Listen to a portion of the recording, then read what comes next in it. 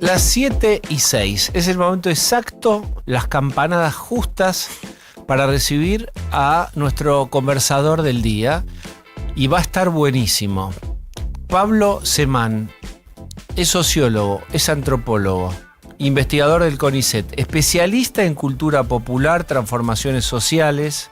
Escribió innumerables libros donde analiza la cultura popular en música, en deportes, en política. Podés básicamente hablar con Pablo lo que vos quieras. Descubre tu propia aventura radial. ¿Qué haces, Pablo? Aquí andamos, bien. Agradecido por la invitación. Lindo horario, lindo programa. ¿Cuándo te diste cuenta que eras bueno e interesante para tus amigos primero y para el público después? No, o sea, no sé si me di cuenta, porque no sé si es verdad. Me metí con algunas cosas en algunos momentos donde era en polémica con mis amigos, ¿no? O sea, por ejemplo, me metí con ciertos aspectos del rock que eran muy criticados. Era la época en que, los años 90, en que yo ya soy muy viejo, entonces todos empezamos a cumplir 30 y algo, y es la edad en que la gente empieza a decir que le gusta el jazz, ¿no? Que no es que les gusta el jazz, sino que les gusta decir que les gusta el jazz. Y entonces todo el rock nacional, argentino, les parecía mal, y yo me tomé ese salto que hubo en el rock en los 90 como un fenómeno sociológico. Me pasó lo mismo con la cumbia, y yo siempre veía cosas que, claro, que cuando uno lo ve como espectador no es lo mismo que cuando lo ve como sociólogo. Y me pasó lo mismo con los grupos evangélicos. No sé si eso es ser divertido o interesante, pero sí me ponía en un lugar polémico, tratando de mostrarle a mi grupo social que todas esas cosas que aparecían en el ambiente no eran monstruosidades, ¿no? Y que lo que estaba pasando en realidad, y viene pasando desde hace mucho tiempo, es que hubo un proceso de transformación de eso que se llama culturas populares, ¿no? Que la producción simbólica, la capacidad de la gente de entender o de hacer música, de producir bienes de salvación religiosa, de escribir, de leer, se había transformado por varias cuestiones, por segregación espacial, por pauperización por un lado, pero por broncas políticas por el otro. Entonces, bueno, ahí empecé a describir un mundo, y ahí yo era más sociólogo, me transformé en antropólogo, porque lo que me decían mis maestros es, bueno, esto no se entiende si uno no habla con la gente, no puede andar presuponiendo a partir del propio gusto que estas cosas están mal o están bien. ¿Cuál fue tu primer hallazgo o conceptualización? Que vos digas, mira, esto voy a dejar la humildad en un cajoncito, después la vuelvo a tomar, pero ahora dejá la humildad en un cajoncito. ¿Qué es lo primero que vos conceptualizaste y dijiste, esto no estaba conceptualizado así? Yo lo hice yo, lo lamento, a llorar al campito el resto, no, lo hice yo. ¿Sabés qué? A ver, es interesante cómo planteas la cuestión, y yo te la voy a responder, pero un poco al revés, porque tenemos algo en común, que es el haber estudiado. Yo no terminé, pero el haber estudiado psicología, ¿no?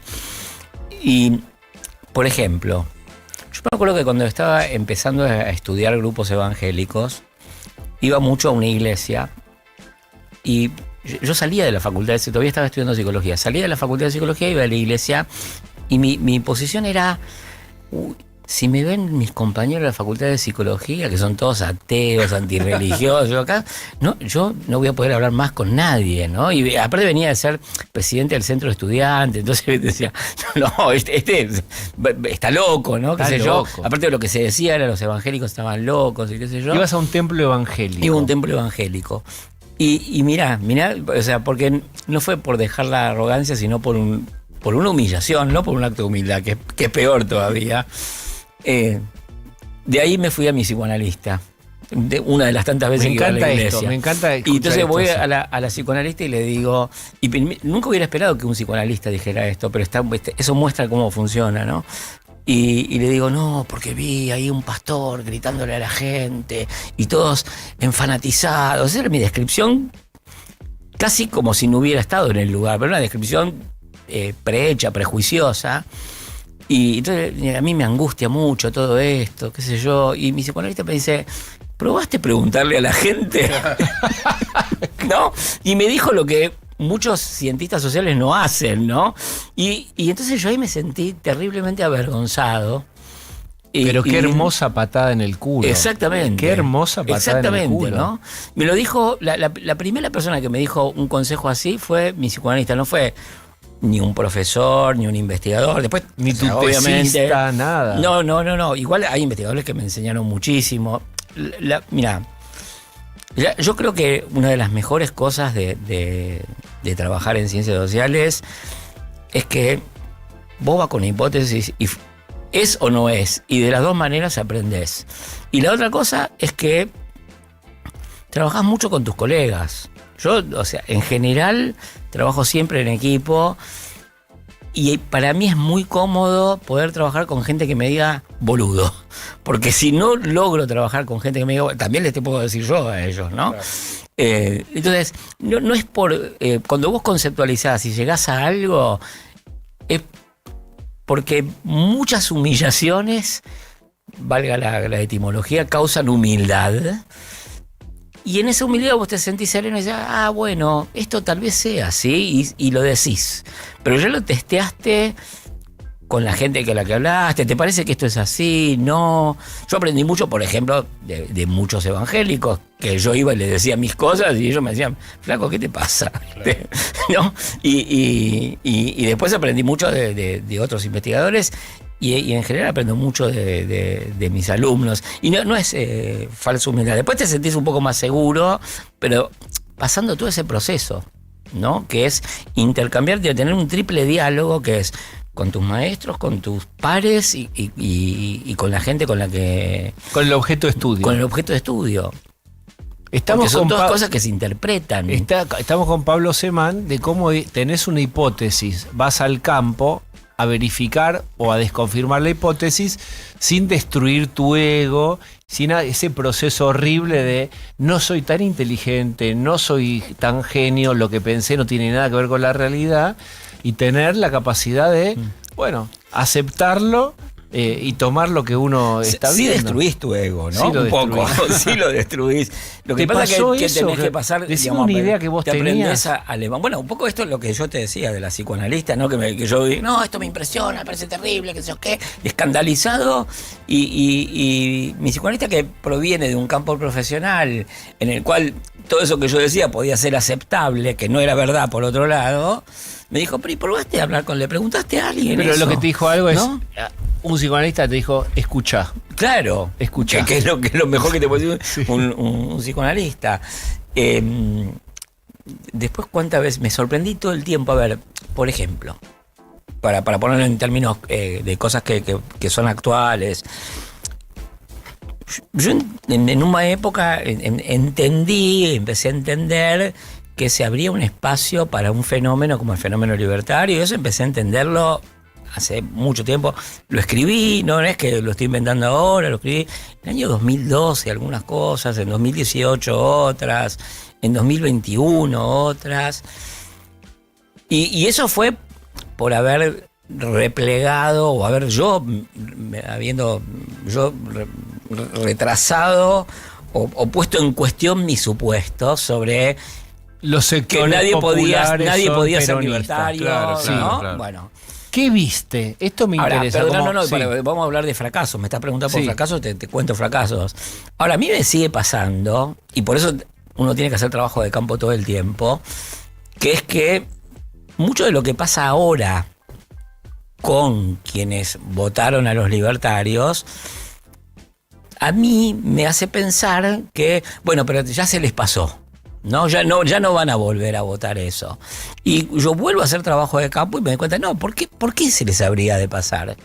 Pará, estamos llegando a un punto muy interesante. Yo con Pablo Semán. Días. Pablo Semán es sociólogo, es antropólogo, y es verdad que fue uno de los primeros que empezó a detectar algo que todavía no tenía nombre en juventud y sectores populares. Es decir, este pibe no es peronista, si debería ser peronista. Los padres son peronistas. Creció con por ahí Néstor, Cristina, bla, y no son. ¿Qué estás viendo ahora de ese muchacho que vos vio, o esa piba?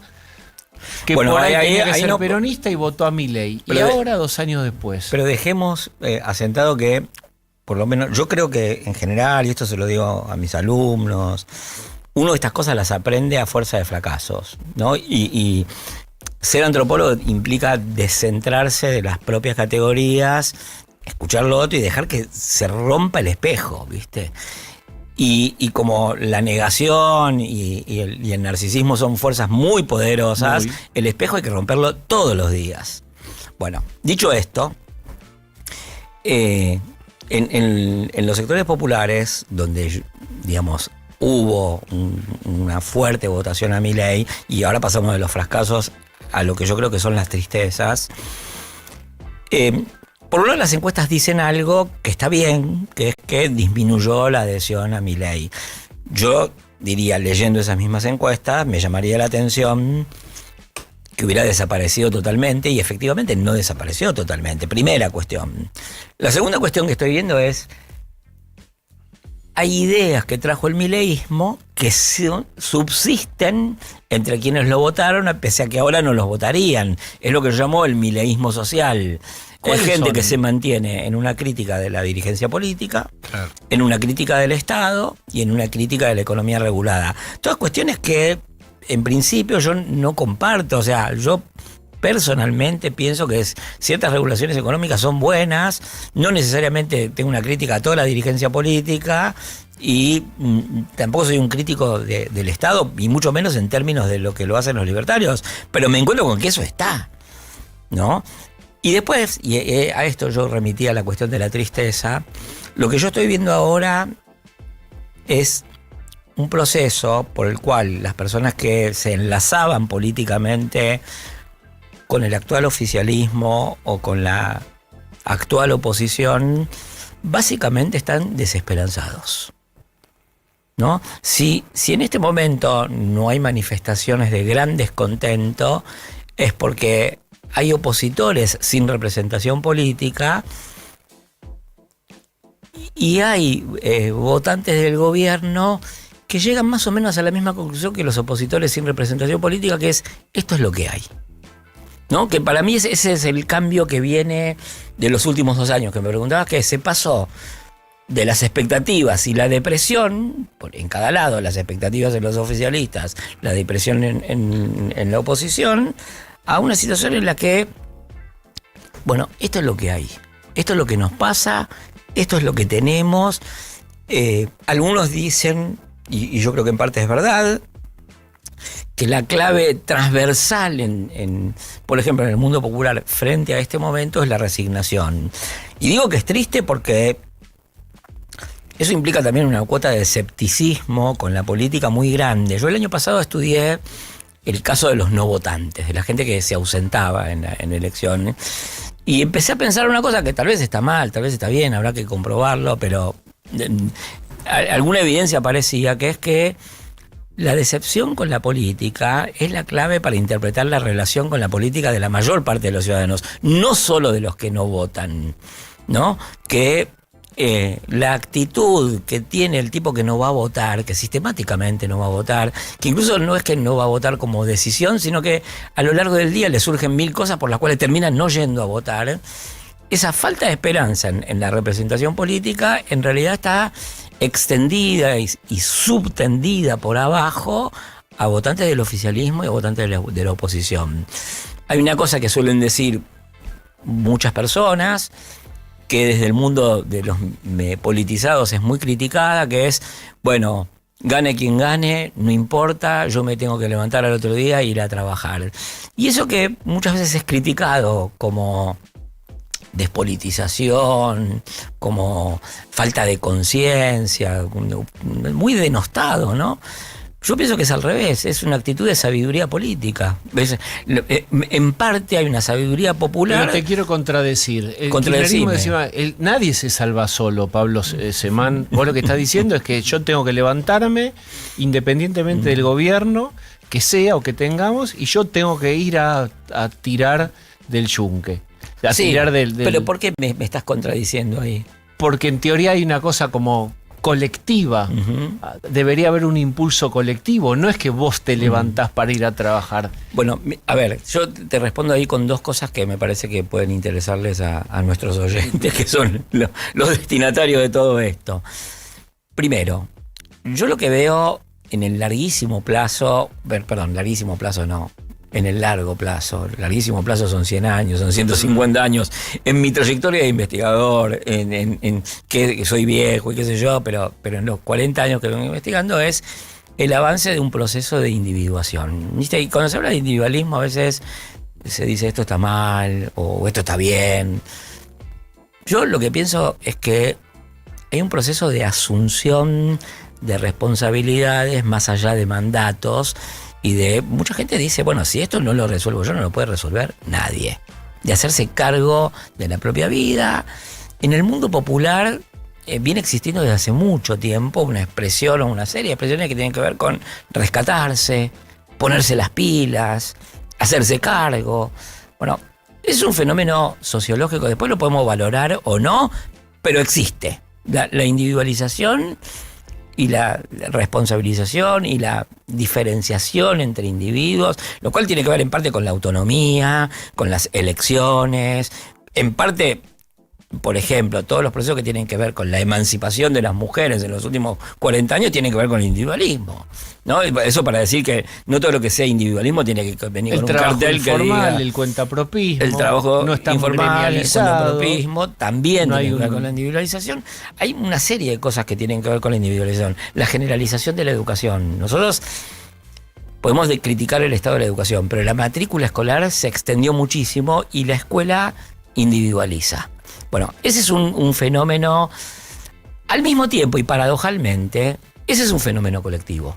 Porque no hay individualismo sin representaciones sociales colectivas que valoren positivamente ciertos desempeños, ¿no? Por ejemplo, el ser autónomo, el ser responsable, el hacerse cargo.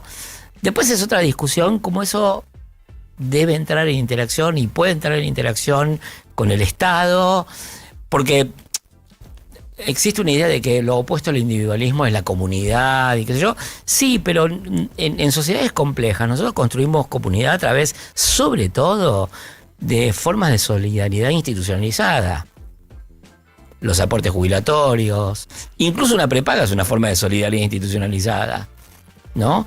Entonces, yo no sé si me estabas contradiciendo o no, pero me dabas la oportunidad a ver que hay una transformación en la sociedad argentina que es el crecimiento de la autonomía de los sujetos, la elección, ¿viste? Se multiplican los ámbitos. Antes la familia transmitía la orientación política directamente. Y vos me lo decías antes. Bueno, pero aparecieron los jóvenes que en realidad, digamos, en lugar de tomar la herencia paterna o materna y yo voto como voto mi familia, más bien hicieron al revés. Decidieron ellos que iban a votar y transmitieron hacia arriba una decisión, ¿no?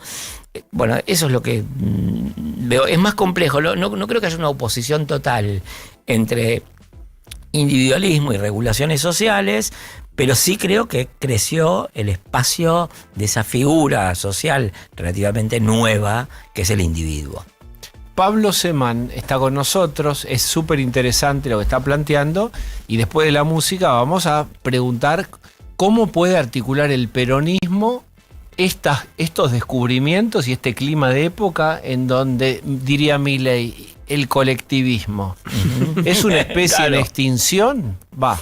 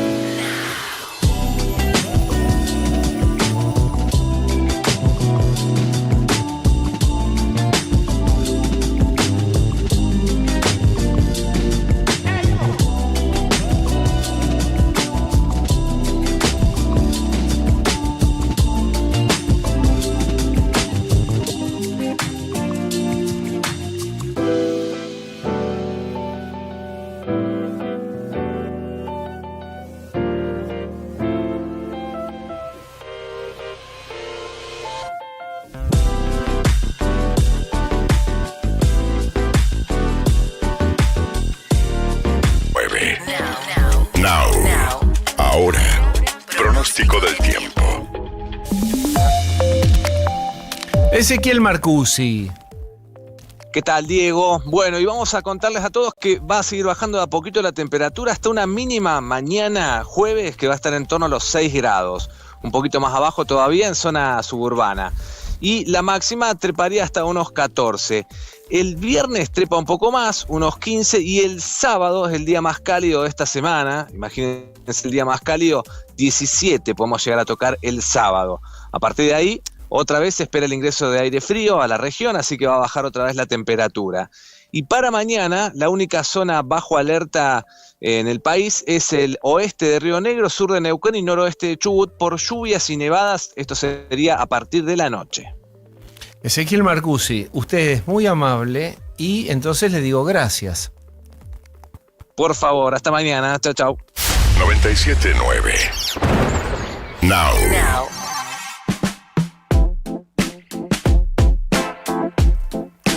Cosas que podemos hacer en este espacio que es After Office Now.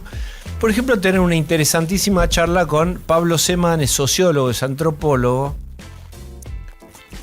Y Pablo estaba diciendo algo antes de la música, que es el fenómeno de la individuación. ¿Qué quiere decir? Individualismo en sectores populares, que él investiga muy fuertemente hace muchos años. Un poco contraintuitivo de esta idea, si vos querés, del eternauta de nadie se salva solo, de lo colectivo, del Estado, de lo cooperativo, de lo solidario, muchos valores y muy, muy alineados con el peronismo históricamente. Entonces, ¿cómo articula el peronismo, el kirchnerismo, estos nuevos sujetos sociales que son individualistas y que en otro momento hubieran sido clientes del peronismo, votantes? Sí. Yo introduciría una distinción para complejizar no mucho, que es instalados en la modernidad aparece y en la individuación aparece históricamente siempre alguien que dice, bueno, pero recuperemos la comunidad. Pero una cosa es recuperar la comunidad una vez que se perdió y otra cosa es haber vivido integrado una conciencia comunitaria desde siempre. Bueno, la Argentina ese proceso de individuación lo viene produciendo desde hace muchísimos años, se ha acelerado, yo diría, en los últimos 40, 50 años, ¿no? Hace 3 días no lo inventó Milei esto. Y justamente surgen formas de solidaridad que son como agregados institucionales a la experiencia de cada sujeto, porque, insisto, un ejemplo de solidaridad institucionalizada son los aportes al Estado o incluso los aportes a una prepaga, que es socializamos los gastos en atención médica. Nadie podría ir a atenderse solo con la plata suya, como que hay alguna gente que yo ahorro y voy y me son opero. Sistemas solidarios. Las prepagas son sistemas solidarios. Yo pago, con esa guita le pagan al médico después para atender discutir una dolencia que no es la mía. Y después me tocará a mí con la plata de otro y la mía también. Después uno puede discutir el lucro, ¿no? Bueno, pues sí. Es otra discusión. Ahora, en ese contexto, y lo que vos preguntabas se puede responder mejor con esto, es que el peronismo se enfrenta a una situación en la que yo diría en el mundo popular muy ampliamente entendido como las clases trabajadoras, que incluye una parte de las clases medias, yo diría que hay dos ciudadanías, dos principios de ciudadanía. Uno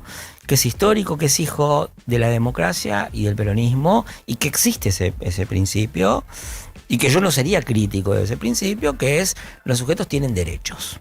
Después está la cuestión, digamos, que siempre uno tiene que plantearse, que es cómo se financian los derechos. Pero no es que porque no se pueden financiar no tienen que existir los derechos, ¿no? En todo caso, las sociedades planifican cómo van instituyendo derechos a partir de eso de hacer welfare sin presupuesto no existe, o está mal, pero o Milei, si termina estuviera mal. escuchando la entrevista, te diría, ahí tenés, Seman, esa idea de que de dónde se financia el derecho lo traje yo. Bueno, no la trajo él, en realidad Bueno. es una idea. A ver, cuando el peronismo instituyó derechos laborales, produjo fondos redistributivos que además no era una cosa que inventó el peronismo, existían, se inventaron en muchos países al mismo tiempo. Me refiero a la En batalla Noruega. cultural de concientizar, de Claro. contame de dónde sale y todo bien. Claro. Después vamos un segundo a la batalla cultural. Sí. Después hay otro principio de ciudadanía que tiene que ver un poco reactivamente, en parte también porque el welfare sin presupuesto lleva a que la gente se decepcione del estado de bienestar y tenga rabia de haberlo amado. Claro. Y entonces lo critique y, como suele decirse, tire al patio el agua sucia con el niño adentro, ¿no? Entonces tire el agua sucia del welfare sin presupuesto con la idea de los derechos. Pero aparece otro principio de ciudadanía que tiene que ver con, bueno, lo que vos recibís tiene que ver con tu capacidad de aporte y con tu compromiso, con tu participación, con lo que vos le ofreces a una comunidad. Bueno, esos dos principios de ciudadanía fueron coexistiendo y desarrollándose y en parte tensionándose cada vez más marcadamente. Eso le pasó al peronismo y al kirchnerismo, sobre todo en sus sucesivas derrotas electorales, en que siempre iba perdiendo un poquito, cada vez más grande, las clases medias, hasta que terminó perdiendo las clases populares. Perdió en 2013 con ese tema, perdió en 2015 con ese tema, perdió en 2017 con ese tema. Ganó apenas en 2019, pero ya con un voto popular que iba más hacia, entre comillas, la derecha, y volvió a perder todas las elecciones restantes hasta la actualidad por la misma cuestión. Entonces al peronismo se le plantea una tarea, o a la oposición, y yo diría a la Argentina se le plantea una tarea, que es cómo integrar esos dos principios, cómo trabajarlos como no necesariamente excluyentes. Y ahí viene lo que vos preguntabas o introdujiste de la batalla cultural. Yo creo que esto tiene una profundidad que los invito al curso que doy yo en la universidad, pero no importa. Lo que sí se puede decir fuera del curso es, la batalla cultural no es tanto lo que se dice sobre género, sobre etnia, sobre la historia. O sea, muchas veces se cree que la batalla cultural es lo que se llama adoctrinamiento. Si yo te doy tal libro, vos vas a pensar esto. Cosa que después no pasa. Les voy a dar el ejemplo más ridículo de todo esto, que es, durante decenas de años, los libros de lectura nos educaron en tratarnos de usted. ¿Y de qué hablamos nosotros? De vos. ¿No? Ese es el más claro ejemplo de que la educación desde arriba, tratando de instaurar ciertas pautas. Ahora, yo creo que el efecto más importante de la batalla cultural que libra Milei, y que ni ellos mismos lo llaman batalla cultural, o ni todos ellos mismos lo llaman batalla cultural, es hacerle pensar a una buena parte de la ciudadanía que de los problemas se hace cargo uno solo según sus posibilidades y nada más. Entonces, para Milei es estratégico, no es accidental, sino que es un ejemplo que a él le permite educar, entre comillas, en lo que él cree correcto a la población, que es, si sos un niño, perteneces a una familia pobre y tenés una enfermedad gravísima, no nos importa. Curate como puedas. Arreglate como puedas. ¿No? La educación pública tampoco. Depende, en realidad debería depender de la capacidad de las familias. Y después incluso podría decir, yo soy educado porque mi familia me educó, y empieza a aparecer una idea rarísima para el liberalismo, que es la idea de los linajes, ¿no? Que es, hay familias que son superiores a otras y que transmiten, no sé, una genética, un poder, que ahí se mete en problemas el libertarianismo en Argentina. Pero el éxito cultural de Milei ha sido consagrar esa idea o instalarla y generar la expectativa de que pase lo que pase, te la tenés que arreglar solo, ¿no? Y yo creo que la Argentina, me parece, y esto ya es más normativo, y pido disculpas por ser normativo porque me metí en una cosa que no es analítica, debería poder integrar esos dos principios que tienen que ver con la responsabilidad y con los derechos. También no es que es una normatividad tan extraña. En muchos países del mundo existe la idea de que debe haber educación y salud pública. Incluso en países que Milei reivindica como ejemplo, ¿no? Pero veamos no es tan estrambótico decir, tiene que haber educación y salud pública. Estamos con Pablo Semán, que es sociólogo y es antropólogo, y le vamos a proponer un ejercicio que es reduccionista y solo se da en el artificio de los medios. En la naturaleza no está esta pregunta. Y es, ¿qué le aconsejarías a Cristina o Axel Kicillof en relación a... Sí, se agarra la cabeza y dice, ay, Dios mío, yo sabía que no tenía que ir a esa radio. Es, bájalo a tierra. Te dan la posibilidad de escucharte y vos sabés, investigás, conceptualizás y ves cosas nuevas, y yo creo que hay un obstáculo ideológico, como vos quieras llamarle, de los espacios políticos que a veces, digamos, si vos querés, el dogmatismo le gana al pragmatismo. Entonces vos venís con una masa de 5 kilos y vos vas a romper el dogmatismo, que en definitiva es un obstáculo para ellos. ¿Qué le diría? Che, fíjate que... Ahí está Cristina, está Axel o quien sea del peronismo-kirchnerismo. Mirá, ¿qué tienen que mirar? Puedo decir varias cosas Cristina simples, dice, pero varias cosas. ¿Qué hago? Mirá, ¿Qué observo y qué hago? Lo primero es esto, que es... En el peronismo se consagró una teoría sobre las sucesiones políticas, que es una teoría realmente muy extraña, que es que la sucesión política tiene que ser como una pelea en un patio de un penal, ¿no? A cuchillazos, y que acá conduce el que gana y el que mata a los otros. Bueno, yo ante eso digo, tengo otros ejemplos que podrían ser cualquier cosa.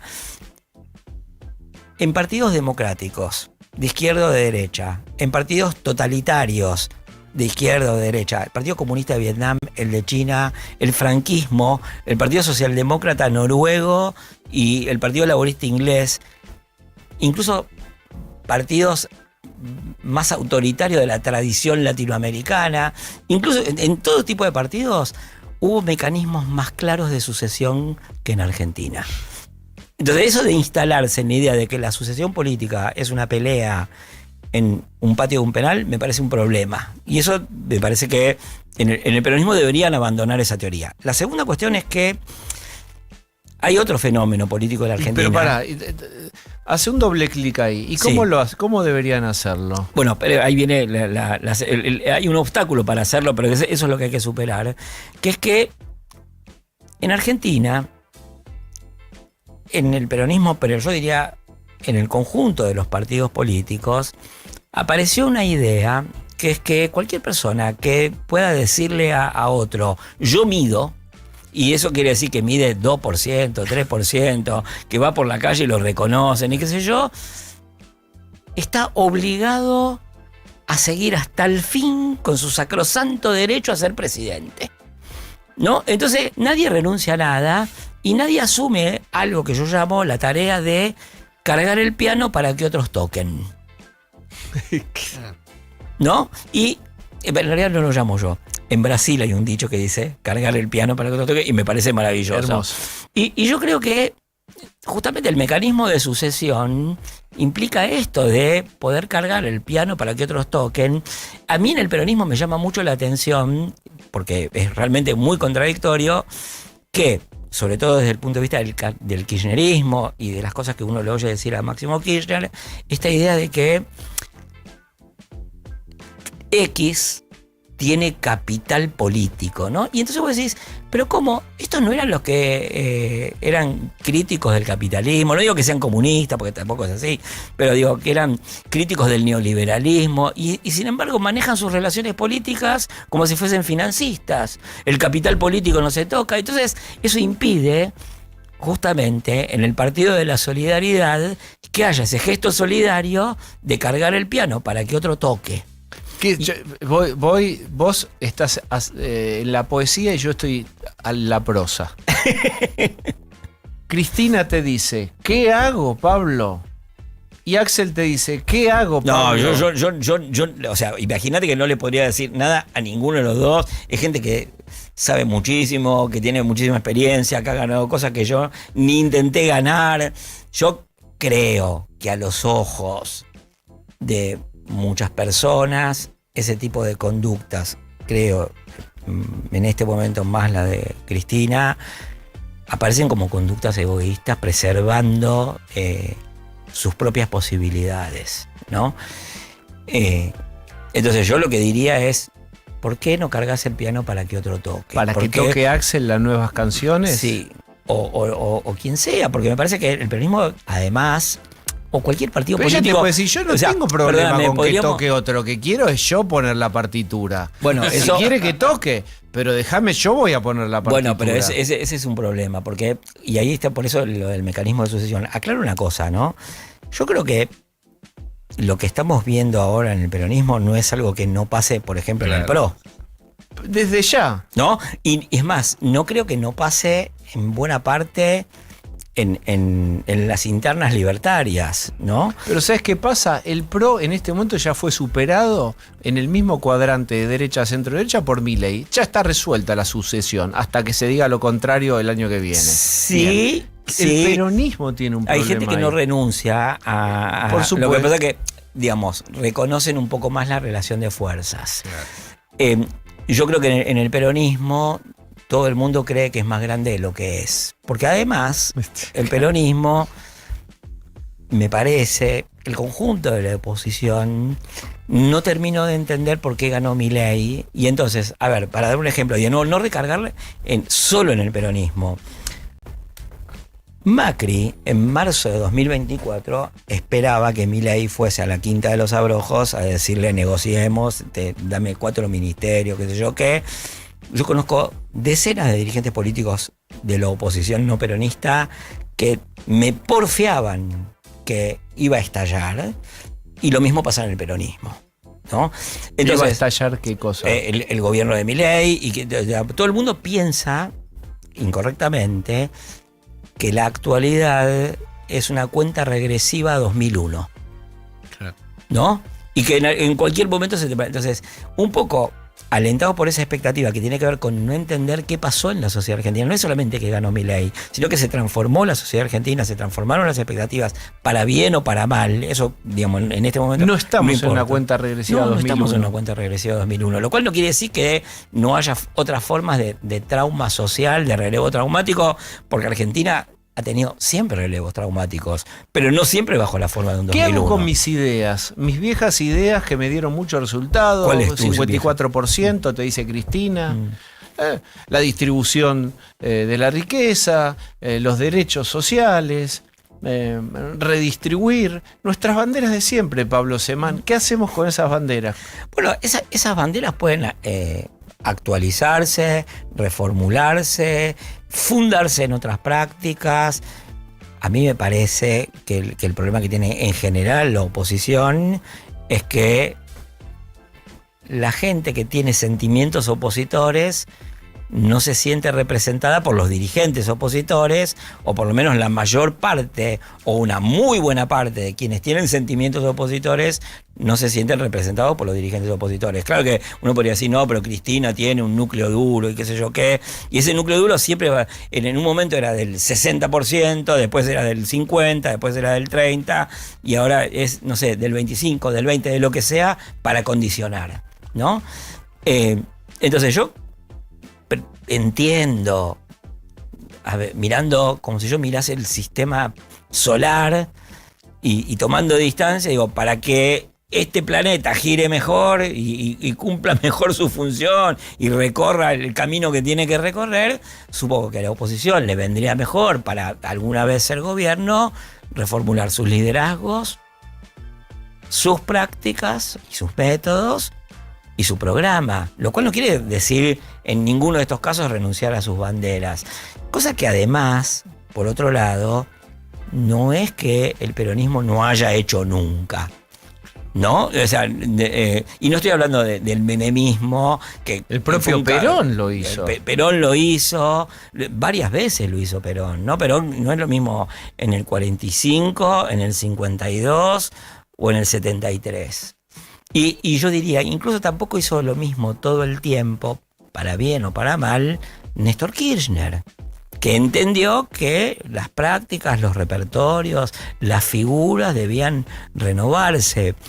Ahora, lo que pasa es que también, junto con esto, que es que nadie quiere renunciar a nada, que todo el mundo quiere ser presidente, que la única forma que se entiende de ser influyente en la política es ser el jefe máximo, también es cierto, y este es un problema también, que es que la política está saturada de organizaciones con muchas pretensiones. Entonces, ahí hace falta como una especie de sinceramiento de, bueno, ¿quiénes mandan? ¿Quiénes acompañan?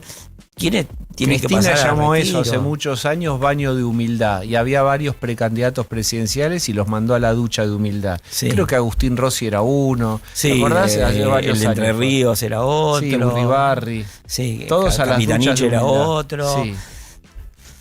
Está bien, yo, sigo viendo esto que es un problema, que es que la sucesión en el peronismo no tiene por qué ser una pelea en un patio de un penal, y además ya ha ocurrido otras veces. A ver, tener una interna y una elección interna no me parece un pecado mortal, no me parece que sea imposible de hacer. Ya ha ocurrido, es un método más o menos viable, comprobado. Pablo Semán, gracias por haber venido hoy. No, gracias a ¿La ustedes pasaste por la bien? invitación. Sí. Tenemos souvenir como los cumpleaños. Ah, qué bueno. Una bolsita que te damos un chupetín. Muchas gracias. ¿Y de dónde podemos leer? Que yo me quedé con ganas de leer cosas de Pablo Semán. Suena vacuo, pero es así. Gente que escuche, quiero Bueno, saber hay, más. digamos, los libros anteriores míos están agotados, no porque se hayan vendido mucho, sino porque hicieron una tirada muy baja. Pero hay 2 libros que editó Siglo XXI, que son Vivir la Fe, que es un libro que yo hice sobre experiencias religiosas en el Gran Buenos Aires, y hay un libro que hicimos colectivamente con un grupo, con Sergio Morrés y Martín Vicente, Ezequiel Safferstein, Nicolás Belchinger y Melina Vázquez, que se llama Está entre nosotros, y fue nuestra intervención tratando de contar, antes de que sucediese, por qué nos parecía que Milei podía ganar, ¿no? Y que después se circuló más porque parecía que Porque había ganó. acertado, claro, porque ganó. Pablo Semán, muchísimas gracias por esta linda conversación. Bueno, muchísimas gracias a ustedes por escuchar, por preguntar. Gracias. Now. Los argentinos tenemos partidos que se juegan en la cancha y otros en la panza. Y si aparece dolor, Sertal, el alivio para el dolor de panza argentino. Lea atentamente el prospecto. Ante cualquier duda, consulte a su médico y o farmacéutico. Bronca, ¿por qué no se desaloja el corte? Pero tiene que desalojar ya ellos. Esto me indignaba tanto como a vos. Por eso tomamos la decisión de ordenar las cosas. Ya evitamos más de 1000 cortes de calles con los operativos antipiquetes. Porque con ley y orden, los porteños